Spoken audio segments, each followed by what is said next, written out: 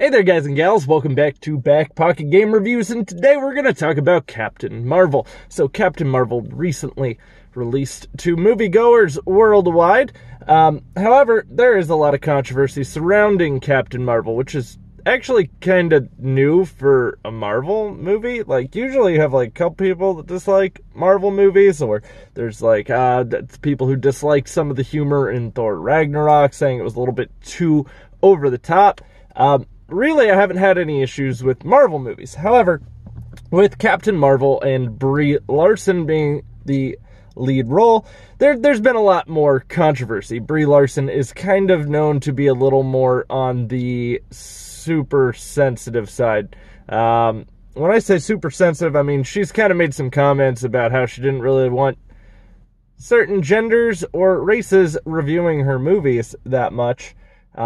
It's kind of one of those things. Forced diversity is never a good thing.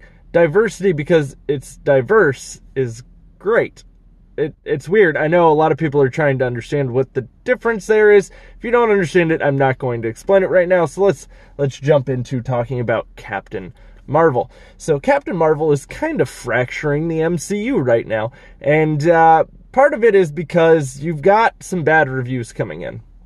Granted, Captain Marvel has kind of managed to piss some people off for multiple different reasons. Like, for example, with me, there was a recent video that IGN posted. It was behind the scenes of some of the characters, and specifically it was 4 characters and then Brie Larson, and they were asking which characters they thought she could beat. Well, there's a couple things that bothered me. Samuel L. Jackson didn't know that Bruce Banner's name was Bruce Banner and referred to him as David Banner. You know, the rapper. Have you ever seen a Chevy with the butterfly doors? That guy? Yeah. It's Bruce Banner. Maybe it was David Banner in the old TV show that was like way before I was born. Maybe I don't know, because I don't remember that show. But he also didn't know the name Mjolnir, which is, Thor's hammer. So the parts that bothered me of that interview, though, were simply that they tried to make it out like Captain Marvel is the most powerful being in the MCU. She isn't.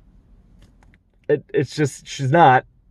When we talk about the most powerful being, to say that she could take on Thor, she might be able to stand toe-to-toe with Thor, but she's probably not going to win that. And I'm not saying that to put her down as a character. I get it. She's partially a cosmic being in Captain Marvel, but Thor's a god. I mean, I really can't make that more simplified for you. Thor almost beat a powered-up Thanos on his own. If you don't remember, when he had Stormbreaker, because he now has Stormbreaker, the axe. But it also bothered me that they were saying that Captain Marvel would be able to lift Mjolnir.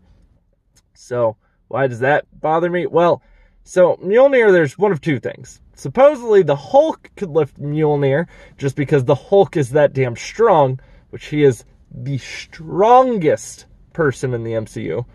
Not necessarily the greatest, just because, well, he's not the smartest when he's the Hulk. And that depends on the comic arc, too, because once you get into the comics, then it could be anything with the Hulk. Hulk could be literally unstoppable in the comic universe. And that's kind of where these fractures are now starting to come into play. And how I say it's fracturing the Marvel universe is Captain Marvel isn't even in the top 20 if we're talking comics on powerful beings. You can't just shoehorn a character in and all of a sudden make fans want to care about her being overwhelmingly powerful. And this has nothing to do with gender whatsoever. Because when you're like, oh, well, people just dislike it because she's a female. No, now you're just using that as a way to discredit actual criticism about the movie. And from what I hear, it's kind of a meh movie. Brie Larson's acting falls flat. Her sarcasm comes off as kind of like she's a dick rather than Tony Starkish. Tony Stark's like a dick, but he's like that lovable dick, if that makes sense. So, saying, though, that it's, oh, you just dislike this because she's a female character is just a quick way to get out of the criticism.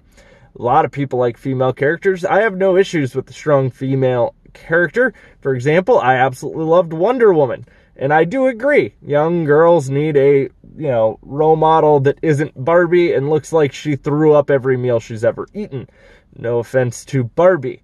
But it has nothing to do with a female. It's just like Ghostbusters 2016 had nothing to do with them being women. I actually liked that cast until that movie. I really liked Bridesmaids. I thought that was a really funny movie, and then we go into Ghostbusters, and Jesus Christ, that was a dumpster fire. But they also said that she would be able to just toss Hulk. Even Thor can't just toss Hulk. But when we're talking, because I've got off topic on the Mjolnir thing, she couldn't lift it. It's not going to happen.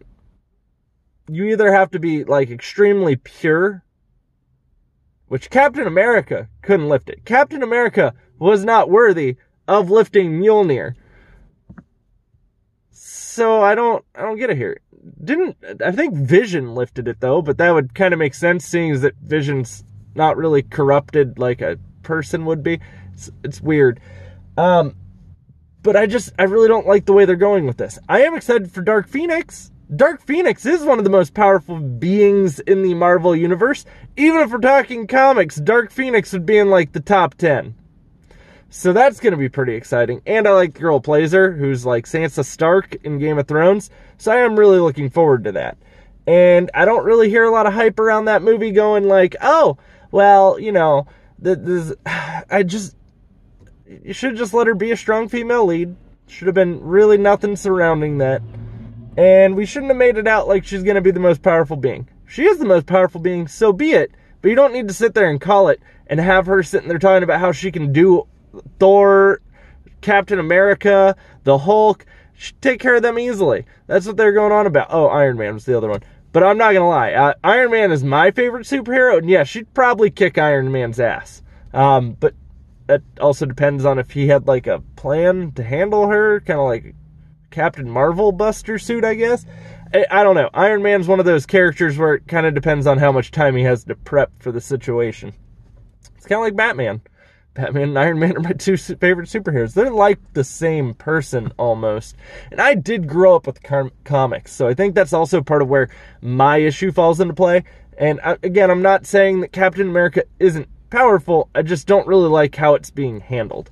So that and Odin exists in the MCU, and Odin is the Allfather. Kidding me right now? Guys, I would love to know what you think down in the comments down below. Just how do you feel about the movie? Do you feel like they're just pushing too hard, or are you absolutely bothered by something that I don't even know? That's my opinion. That's where my issues come into play with this movie, and I don't like that it's being shoehorned in right before Endgame. Also, if you want to follow me anywhere else, links are as always in the description box, alongside a shout out now to my Patreons. And guys, if you enjoyed the video, don't forget to give a thumbs up. You can also click the subscribe button. It's down here somewhere. And then there's a little bell. You can ding that bell to show you're more powerful than Captain Marvel. And I'll see you all soon, and enjoy your day.